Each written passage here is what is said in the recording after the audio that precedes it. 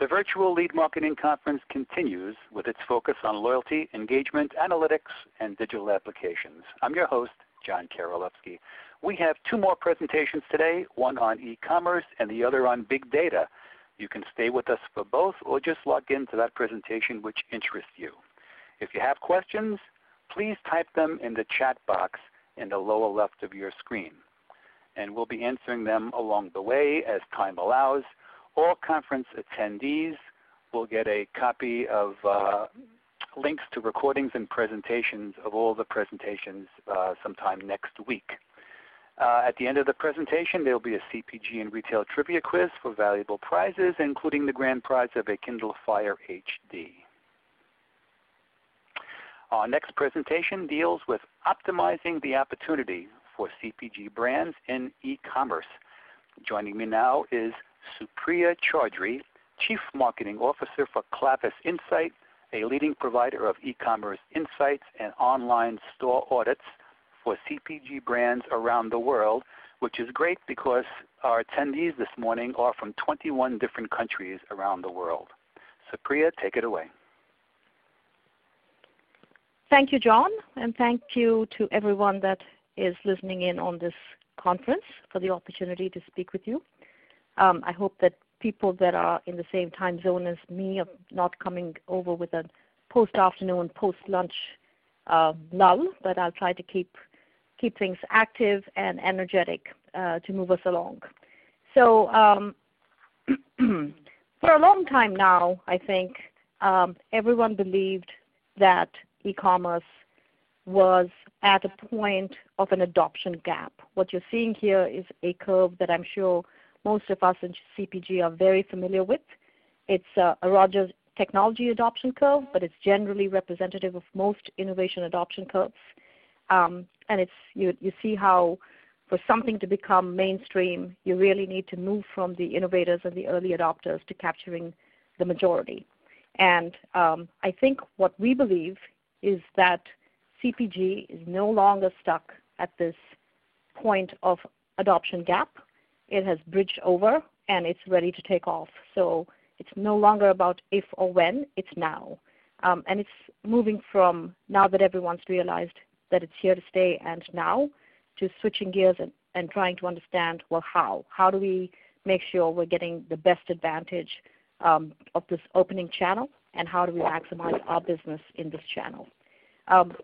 Markets like the UK, China, France, and now US have seen rapid growth in e-commerce, and we've seen various forms of e-commerce rapidly emerging in other markets as well. And this has been leveraged by the spread of mobile technology. We all know the stories of countries in Africa that have just skipped various stages of this development and just gone straight to mobile and managed to extend mobile technology to get online, even in very remote areas. So for CPG manufacturers today, this has clearly become a channel that needs to be paid attention to, and we've got early adopters defining playbooks for success. The interesting thing about e-commerce as a channel is it sort of creates an even playing field. The big CPG, FMCG manufacturers are not necessarily at an advantage, even though they are out there ahead of the curve in some cases, but there's as much opportunity for smaller brands and startup brands to get head-to-head and squeeze ahead in this. So let's just get a little bit of a context on consumer intention. Nielsen recently had done a study tracking global online purchase intentions in 2014. And what we saw is some very phenomenal increases in consumer intention to shop online. You can look at the numbers out there in terms of the absolute percentages as well as the growth rates from 2011 to 2014. You're seeing really huge growth rates for most of the categories. And now if we look at grocery here, not as much of an increase in growth rate, 23% versus the 150s and the 133s. But perhaps the important thing to look at here is not just only the change, but the actual numbers. So you see grocery, it was at 22% from an intention, and it increased to 27%. It's practically one of the highest categories that's ranked here in terms of intention. So shoppers are really indicating they're ready to go online with their grocery shopping. When we think about online, though, I think one of the important things we have to keep in mind that online is not just about e-commerce. Forrester had done a study recently where they basically showed that as much as 52% of sales is now influenced by the web, whether it's actually transacted in terms of completing the shopping online or whether it's assisted by shoppers doing some pre-research, understanding their categories, exploring their brands, and then completing the sales. And we've also heard, and I'm sure this is not necessarily new news to people, that Amazon is now the new search. A lot of shoppers, a lot of consumers just jump straight to Amazon when they're looking to find information about anything that they might be interested in. And Amazon has become a competitor to Google on that front. So I think one of the presenters earlier had shared this concept with you, but Nielsen in conjunction with, IRI in conjunction with the GMA had basically projected that for CPG over the next 5 years, the trajectory of growth is going from 1% is where it's stated today, to 5% over the next 3 years, and as much as 10% in the 5+ time frame. So CPGs are really getting ready and need to get ready for this growth in online. We've heard previous speakers talk about the fact that grocery in general and CPG growth is not that robust and it's flat, and a lot of categories are not looking at a ton of growth as they look forward. Therefore, as you think about online and you think about how shoppers are shifting to online, this becomes a fairly critical area to focus on and prepare for. And you can see here on this chart a lot of different retailers and models that have come into play to enable it. So we've got the pure play or the traditional online players like the Amazons. Peapod has been around for a really long time. But now you're also seeing new models like Instacart and Jet and others that are coming into the market, concierge-like services that are particularly relevant for grocery, that are breaking the need for shoppers to buy bulk items and literally letting them have a shopping list and get that delivered to their door fairly quickly. So the infrastructure's there. Now, I think everyone's very familiar with this view of the retail shelf. There have been many presenters that have walked us through the bricks and mortar shelf. This is a slightly different angle. And the point here really is that we're very comfortable with managing this view of the retail world. Right? We all grew up. I spent my entire life working in consumer packaged goods industries, and we know how to run our business in this world. We know how to sell in a new item. We can set up a planogram. We've got lots of analytics to optimize that planogram. We've got lots of analytics to support why we must have, what our priority SKUs are, what our must-stock lists are, where we need to push for eye level, whether we should be looking for a brand block, how do we perform against different adjacencies, and how do we basically run account-specific promotions. We know this. We understand this. Now, when you move over to the new world of online, this is making us uncomfortable. We now have to think about how to manage our business, our store, on a screen of changing dimensions. It could be a tablet, it could be a mobile, it could be a laptop. And we're a lot less confident about what that store front on that shelf looks like when it comes to online. So for CPG, this has been sort of a turning point where some of the analytics and the sophistication that we brought to the historical retail shelf needs to be relearned. And we need to try and understand what are the similarities and what are the differences as we make the shift of thinking about the online shelf. So let me draw an analogy here in terms of how we think about the difference in models. in the bricks and mortar world, when you have a physical store and a physical shelf and you're talking to a buyer, our perspective is the model really has been much more of a push model. The biggest objectives for manufacturers' sales teams has been to persuade manufacturers to stock a lot of product, to convince them that the SKUs that they're offering are strong SKUs, they have strong velocity, strong momentum, incrementality, get them to stock the SKUs and make sure that there's high inventory to prevent any out of stocks, and then run promotions to try and grab that customer, create some sort of an interruption in that path of the shopper when they're in the store to grab them and help them to make that decision to purchase the product on that specific day or on that specific occasion. Stack them high and let them fly, as one of my colleagues likes to call this. Moving on to an online environment, we find that it becomes very much more of a pull environment. So a lot of CPG brand teams spend their entire careers, working to create pull for their brands, and all of that work it does continue to go on even today. Now we're shifting to an online retail environment where it's become a pull environment, not a push environment. And why do we say that? Because in online, the first most critical step on the shelf is setting up your item.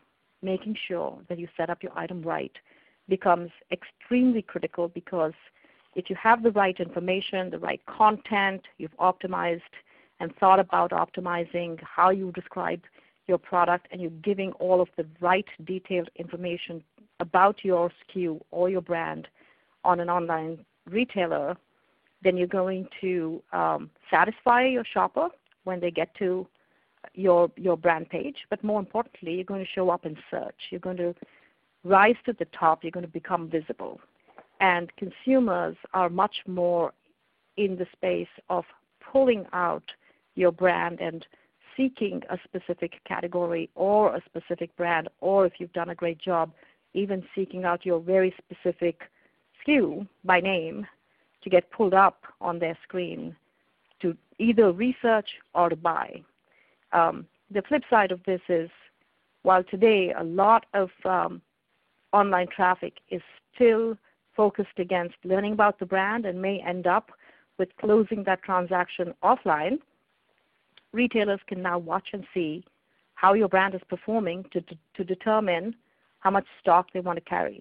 Typically, with online retailers, there is a much lower inventory in hand, and that causes some problems during peak periods with out of stock on priority SKUs. So that's something that when you're managing and thinking about your e-commerce business, you really have to work on the logistics and the back ends of making sure that your priority SKUs do not run out of stock. So let's take a look at what we mean when we say one item at a time. So we're looking at a product page for Fiber One Oats and Chocolate Chewy Bars. I pulled this some time back. So this is on Walmart.com, and here's what that page looks like. You're the shopper, you've come onto it, this is what you see, and this is what you take away. Look at the same page on Amazon. There's just a lot more information here for a consumer to read through and absorb, a lot of detail on deliveries, and furthermore, nice detail on a nutrition panel that gives you even more information around the ingredients and daily values of this bar.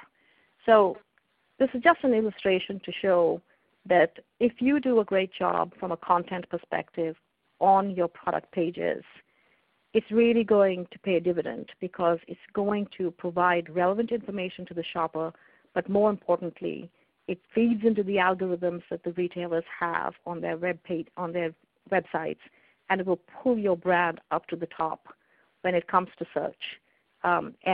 The important thing to remember in online is, even though you have distribution, you don't necessarily have visibility.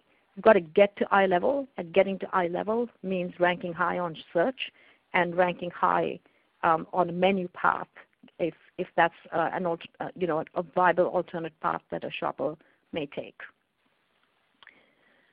So let's think about how channel management and category management and all of the metrics that were used to tracking from a traditional retail perspective gets redefined when we think about online.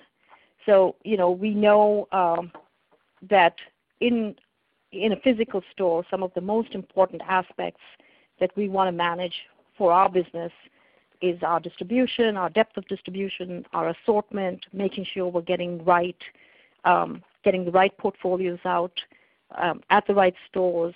There's geo differences that we try to manage too. We make sure that our products are visible on the physical shelf.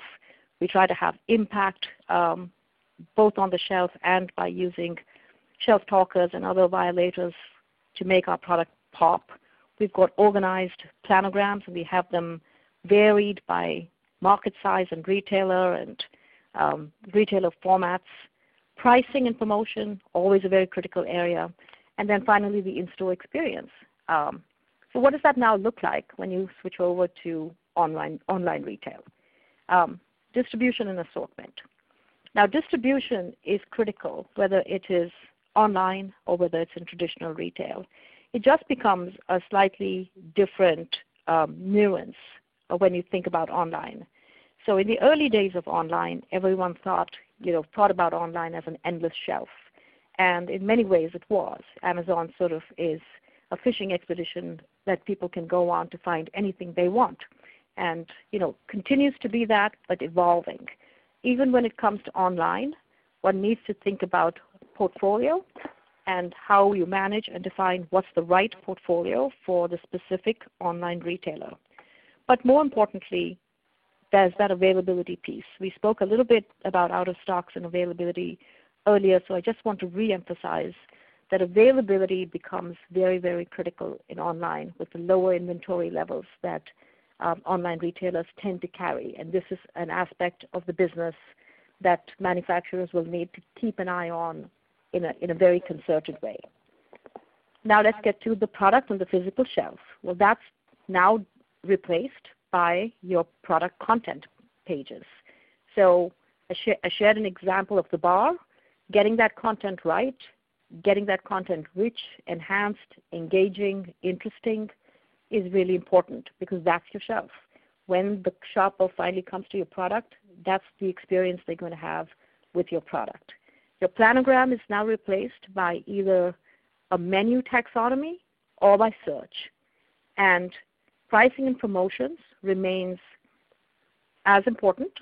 I guess one of the challenges for manufacturers with online is now that we can be in a physical store and have a mobile phone, we can certainly do a lot more checking of both pricing and promotions. And as a shopper, we're much more in control of knowing what's happening with price on a particular item. So that just poses some challenges on how you make sure that you're being price competitive and how you manage your retailer relationships because manufacturers don't have perfect control over pricing but need to work it in sort of a joint partnership with retailers. Let's talk about in-store experience. So in a physical store, you have the ability to run promotions, to have displays, to have end caps, and create a lot more opportunity to grab shoppers. On an online channel, there's a lot less of it. There are obviously banner ads, and there's opportunities to showcase your product against similar SKUs. But one of the dimensions that's become extremely important in online is ratings and reviews. It's peer reviews. The online has opened up the ability for people to learn about other people's experiences with the product before they make their own decision. And that sort of has become an in-store experience dimension in online retail. So let's step back then and ask ourselves, well, what are the critical questions as manufacturers we are trying to address when we think about our e-commerce business? And here's a stack of things. I'm not going to go through each one of them in great detail, but I would like all of you to just take it back and ask yourself to think about this. Most important, the availability search, and the portfolio metrics. These all tie to assortment and how you're managing your brand SKUs online. Are your products available? Are you optimized in a way that you rank high? There's a lot of learnings that show that if you're not in the top 5 position against a search, and when you think about search in terms of category search. Don't just think about, Kit Kat, search for Kit Kat, returning Kit Kat. Think about search for chocolate. What does that return, and how high do you rank when you're thinking about more generic category search terms that a shopper might use? How high are you ranking? It's critical for you to be able to rank really high on search, because that's what's actually giving you visibility, even though you might have a fairly deep portfolio online. So depth of portfolio and getting the right assortment for the right retailers with the new rules that you have with online. When there's shipping involved, there are often requirements, threshold requirements around meeting a $15 per pound price point before it gets financially viable for a retailer to ship your product, making sure that you're in friendly packaging, thinking about your actual physical product and how it needs to be transported so that it's not damaged. A lot of companies that we've worked with have put a priority against online to the extent that they actually have invested in customizing expensive packaging to support this aspect of delivery and fulfillment and make sure that the shopper experience when the product arrives is a positive one. A few years ago, the concept of shipping pasta jars over the country didn't feel very viable, but it is today. Then moving on, so you have price, which we've talked about, but moving on to some of the other aspects, you really should be tracking how many reviews you're getting and how shoppers are rating your reviews. And this is not a passive exercise. We all know that manufacturers can actually run programs to get consumers involved in their products, to get them to rate and provide their perspectives on those products online. The key there, though, is to make sure that you're doing it in a way where it's not self-serving and where it still feels objective. Because if the shopper gets a sense that this is staged, you'll lose your brand trust. Content integrity, detail around content. So content integrity is just the basic blocking and tackling. You have to make sure that your content's complete, it's accurate, you're properly branded. But you have to move on from that once you've got those basics grounded to asking yourself, how do you engage, how do you drive consideration, interest with the type of content that you're providing for your brand. And finally, thinking through the opportunities you have to actually leverage media or merchandising online, using some of those merchandising windows to make sure that your brand is presenting and you're getting a good share of voice for your category on a particular retailer. So as we move on, I'm obviously, given the time that we have together, not going to be able to go through all aspects of this continuum of metrics that will shape your channel management and your category management efforts. But I'll spend a little bit of time talking through a few key ones. So why don't we start with search? So there have been a lot of studies out there that sort of posit that 70% of shoppers tend to shop with search, and there's maybe another 30 that uses a menu navigation system. Our perspective is that it actually depends. There really isn't a clear answer to how shoppers search in a consistent manner because, as we all know, it really depends on trip missions, on an individual shopper's preference, the specific category they're shopping, and also the retailer.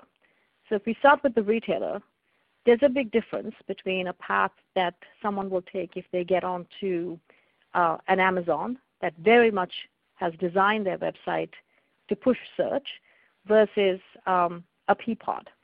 A Peapod is much more of a traditional grocery store feel. You get onto it, they want you to browse the aisles.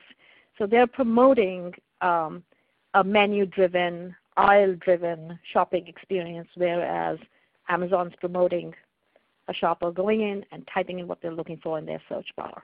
So that's one. And then obviously a shopper's preference, a category, or a trip mission makes a difference. If you're doing a stock up and you've already got the list in place, you're not going to use either search or navigation. You're going to go to your list, pick the items that you want replaced, and hit buy.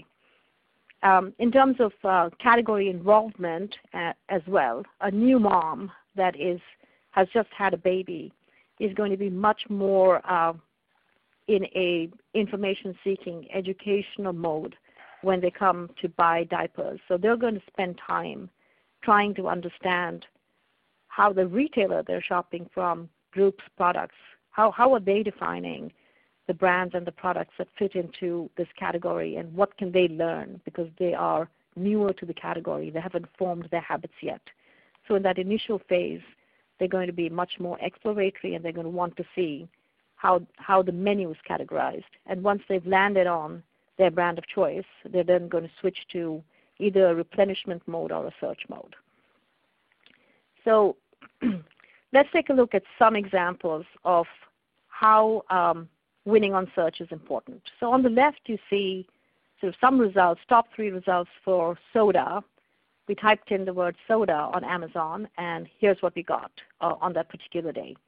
The lead product that showed up was Surge. What happened to the big brand? Well, the big brand came in second. At least one of them did, because you see Coke here coming in second. And then you have a regional startup. So this just goes to show how important it is for you to be tracking. And search is very dynamic. And search is influenced by not just your product content, but also how well your brand is managing inventories and availability. So if there's a particular SKU, maybe a huge brand, very popular, you've got a priority SKU that is very popular with shoppers, and you run out of stock on it, well, then you're going to end up eventually affecting how well you do on search, because your out of stocks pull down your search rank. Let's look at cookies. Type in cookies for Peapod, and you don't see a single branded CPG cookie show up. You're actually looking at sort of the grocery store transparent boxes of quote-unquote, homemade or store-made cookies that represent one aspect of the retail store, but certainly not that huge aisle with all of those choices of packaged cookies. So it's really important to keep in mind that even if you have a deep portfolio listed at an online retailer, if you can't be discovered via search, or you can't be discovered ranking relatively high within the top 5 to 10, even on a menu taxonomy, you basically don't have findability. So you don't have effective distribution. You're not getting eye level. The shopper's not seeing you, and it's going to affect, obviously, the purchase funnel. Moving on from that then, let's think about promotions, right? So promotions still continue to be run both online and in physical stores. But I'd like to take an angle on sort of promotion that's a little bit different from the typical buy one, get one, or the price, or a special offer. Online, I think there is an aspect of promotion that's very important. And this talks to peer reviews. Ratings and reviews and peer reviews and experiences of individuals with a particular product become like a promotion for the brand. Let's take a look at this particular example. This is an example from coffee. So on the top left and on the extreme right, you see some national U.S. brands, Dunkin' Donuts, and a new SKU from Maxwell House. And they've got pretty decent 3.5, 3.5 average reviews in terms of means, but fairly small number of reviews. Then you go down and you look at another brand that's not quite so familiar to, or not a big national brand. It's got 21 reviews. Maybe you don't pay that much attention to it. Taking a look at Café Du Monde, a New Orleans favorite, 111 reviews, very strong ratings. So even though you may not be in that region, you suddenly start to notice this brand called Café du Monde. Moving up from that, look at the Keurig 8 o'clock, 385 reviews and some good ratings. But the winner here on this page that's getting the most promotions from its users and people that have experienced it is clearly the Keurig Original K-Cup. 3,364 reviews, a really strong rating. You see at the bottom there the distribution of their ratings between 5 stars and 4 stars. And this is another aspect of online that has become extremely important and influences people's decisions. Shoppers now will, first go to understand what people's brand experiences have been and learn about brands that they may not have a chance, to have experienced. So there isn't store sampling available online, but there certainly is peer reviews and trying to experience from other people's experiences that's guiding decisions around what people buy online. So this is, again, something that manufacturers really have to work with. All of these reviews are certainly not organic.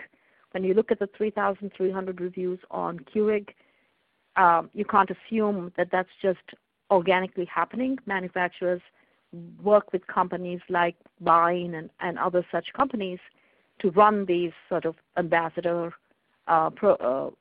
campaigns and get people to try product and then encourage them to provide their reviews, whether they are positive, neutral, or negative.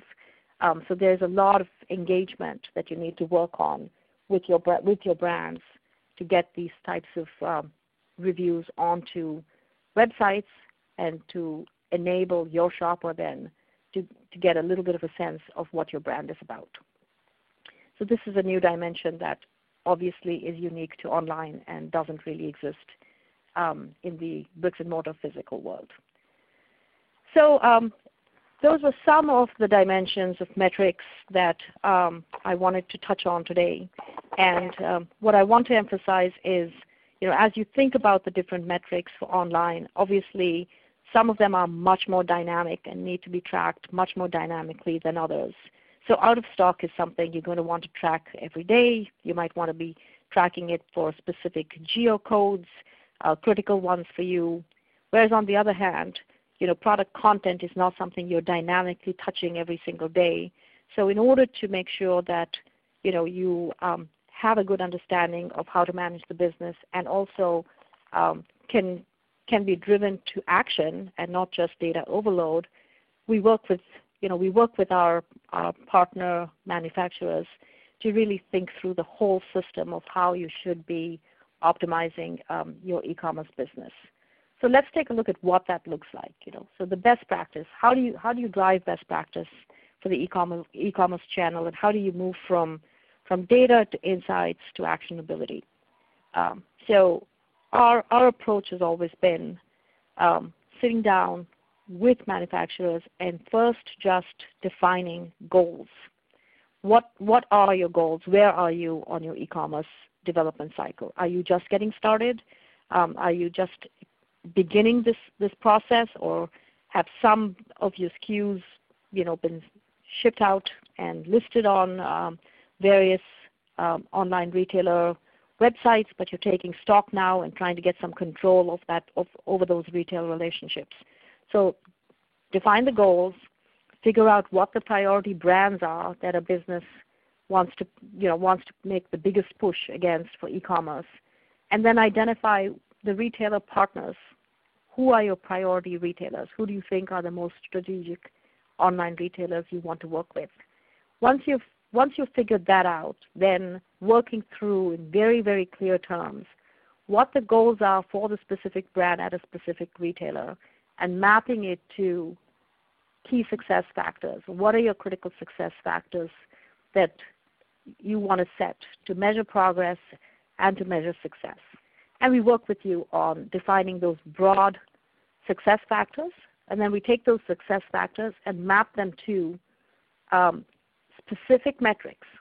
So those specific metrics could be improving your share rank or improving your share of search for one manufacturer, whereas for another, they could be just getting the basics right. I just want to make sure that all of the SKUs I have listed at Walmart.com, Target.com, and Amazon.com have got the proper brand name, the right image.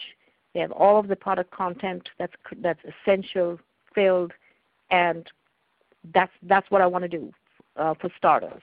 So those will be then the KPIs and the metrics that will be measured and metriced and tracked at the right frequency.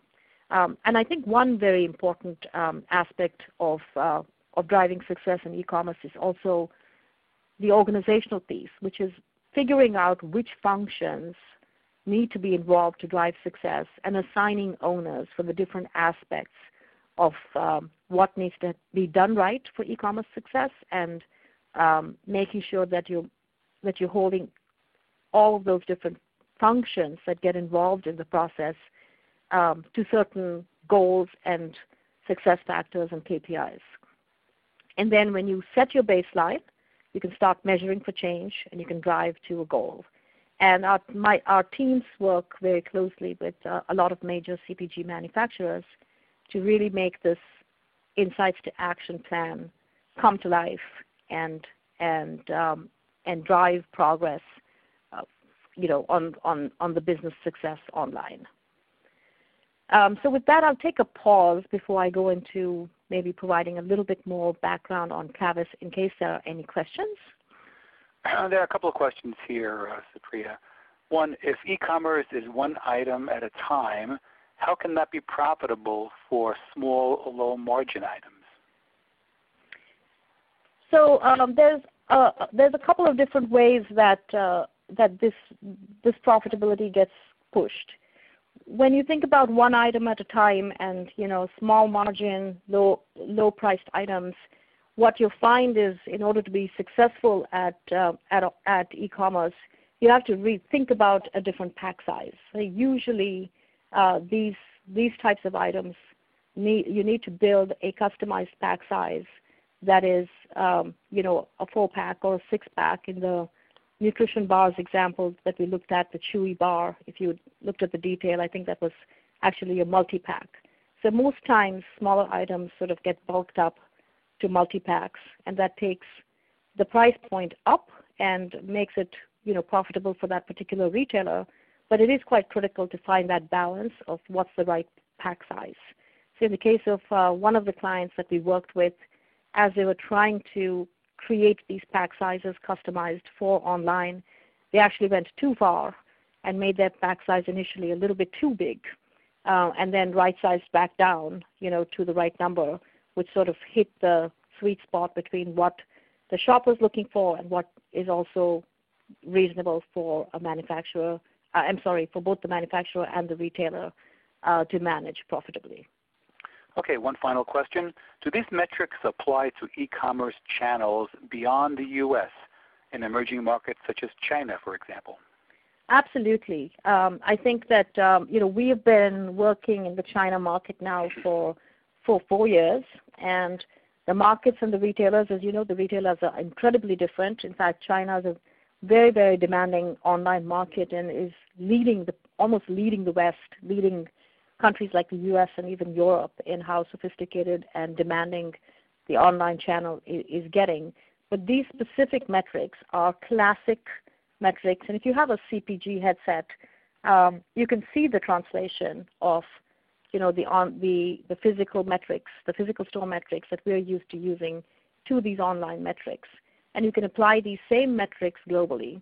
And the advantage in doing that, especially if you're a multinational CPG manufacturer, is that you can then have a global scorecard and you can enable your management and different levels of functions within an organization to all be mapping to the same critical success factors. Okay, great. Supriya, you're going to wrap up? Yes. So just quickly, I think that I'd already been introduced, but from a company perspective, a few words about us. We've been doing this now for 4 years. You could kind of say we invented the space. Our platform, which is a cloud-based SaaS platform, and our metrics have sort of become the industry standard because we work right now with kind of the top 25 global CPGs.